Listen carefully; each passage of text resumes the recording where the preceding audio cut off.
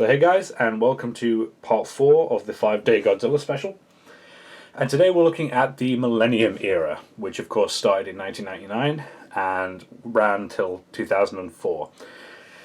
And the Millennium era is probably my second favorite era after the Showa era. And this era kind of combined elements of the Heisei and the Showa era. You know, Godzilla sort of regained some of his human personality. He became a lot more heroic, like he was in the Showa era, but it retained the more serious design and the more serious tones of the Heisei era. And that's why I think the Millennium era is one of the more well-rounded eras. The suit I've chosen for this era is FinalGoji, which was the last ever Japanese Godzilla suit. And the reason I picked this one is because a lot of the Millennium era suits are very different. But the last sort of few, the two suits used in Godzilla vs. Mechagodzilla 3 and Tokyo SOS were quite similar to this one, and this one is kind of a more refined version, and I think this suit takes elements from each of the Millennium suits. And with it being the final suit, I thought it was the sort of the most iconic from the era, other than Godzilla 2000, but I don't actually have a Godzilla 2000 figure. So, yeah. We'll be looking at the Final Wars Godzilla, and this figure is by Bandai Creations. So let's jump cut and take a look at the sculpt. So this Godzilla design is the sleekest and probably the most agile looking of all the suits. And I think it's also one of the more menacing. Now if we have a look at the front of his face there, I think this suit has aged very well, and I don't think it particularly looks silly at all. I think it looks cool, and I think it looked great at the time, and I think it still looks pretty badass. The skin texture is pretty interesting. You've got the more leathery effect on the inside of the neck there, but you do have the scales, which is really cool. And if we look at the top of the head, you've got the different scale patterns that lead on to the dorsal spines. The face is very different. It's a lot longer. It's a lot sleeker. He does kind of have the small, thin head of the Bato and 1954 suits, but it's a lot longer and it's a lot sort of more animalistic. The eyes are a lot smaller, which is pretty cool, and he's got these big fangs. And I think it's just such a menacing looking face on this figure. If we move down to the dorsal spines, you can see that they're smaller and thinner, but they are a lot sharper looking. So they've reduced in size from the Soshingeki and the Bato suit, and they've become less rounded and a lot more sort of sharp looking and a lot sort of more menacing. And I think that's really, really cool, and that's one of my favourite elements of this suit actually. If we just continue down his body, you can see he's still got the scaly skin texture.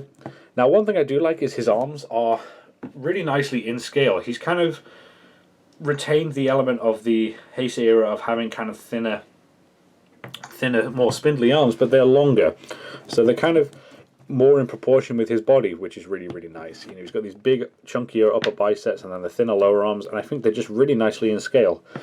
And his hands are pretty nicely done as well. I think his hands are a good size, and they're not too small and they're not too big. So, yeah, I think the arms are very nicely sculpted on this figure. He's again got the very prominent chest bone. It's not as prominent as the Heisei era because they've tried to streamline his body a little bit more, but he's got these big pecs, I suppose, which kind of highlight it. So yeah, if we go down, his legs are still pretty chunky, but they're a lot thinner than the Heisei era and the Soshingeki era as well, the Showa era suit. And they're really nicely proportioned. He's got these big chunky feet. One thing I will point out, by the way, as I mentioned it with the 1954 suit, this is the first suit that we've looked at since then that has the 3 at the toes at the front and the 1 at the side.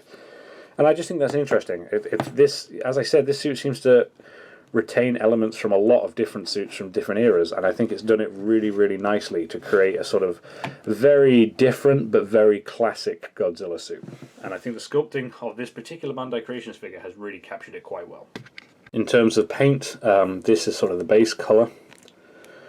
He's a lot more sort of slightly dark blue in this. He's definitely more blue at this point. He's still very dark, so it's not as noticeable, but he's still very blue.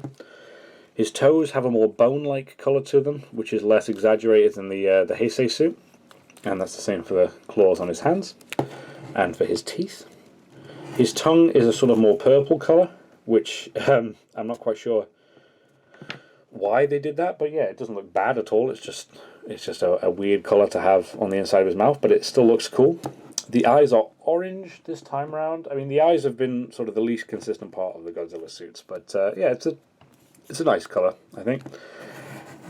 And then you go to the dorsal spines. Now these spines are a really nice color, and obviously, like all the spines, they glow blue when he's using his atomic breath. But I think these spines sort of capture the color that the sort of 1954 suit was going for, especially with the figure we looked at. It was kind of similar sort of color. It just wasn't as thickly painted. And I think the sloppiest part of the paint job is the back. If you look, there's a lot of bleed. It comes off the spines and it's all down the side of him there.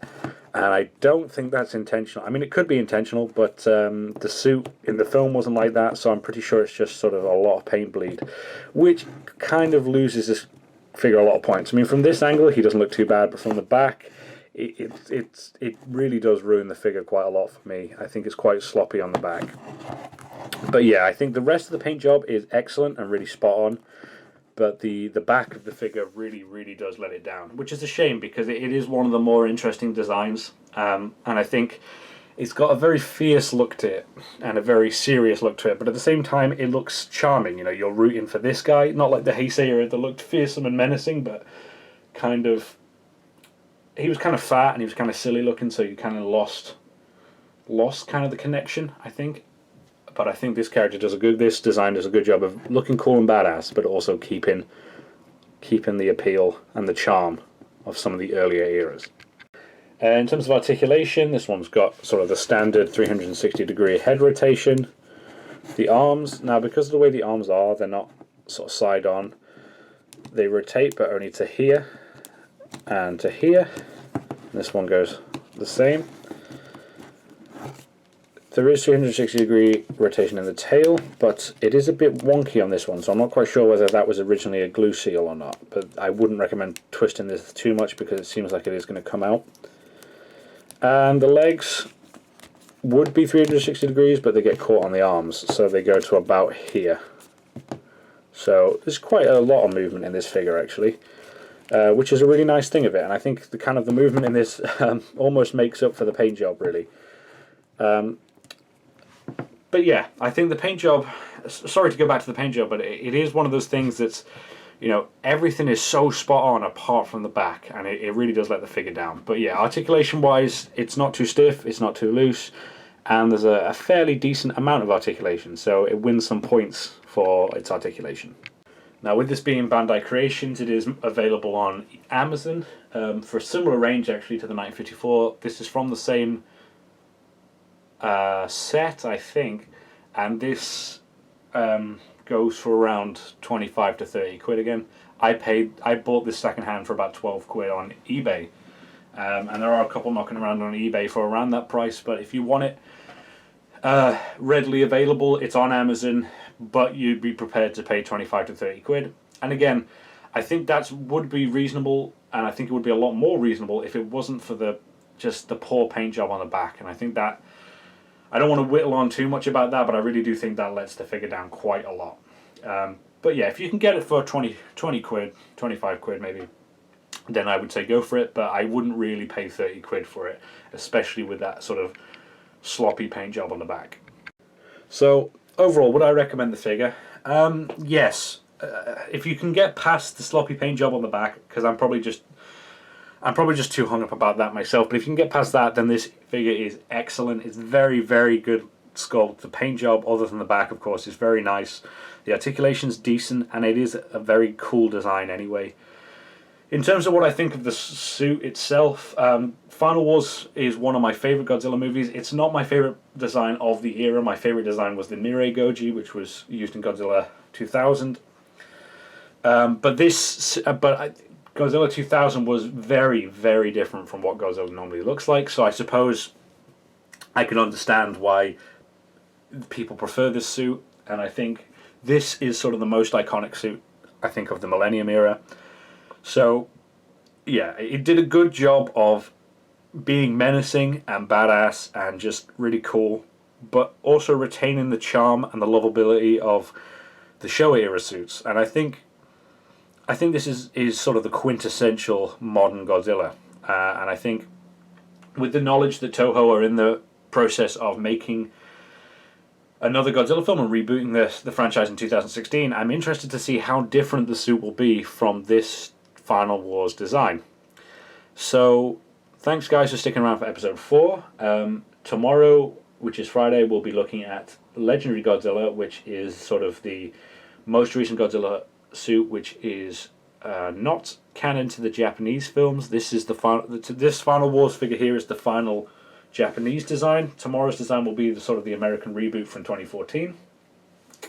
But it's still an interesting design and it's still a cool figure, so we'll be having a look at that tomorrow. Thanks for sticking around, guys, and I will see you guys tomorrow.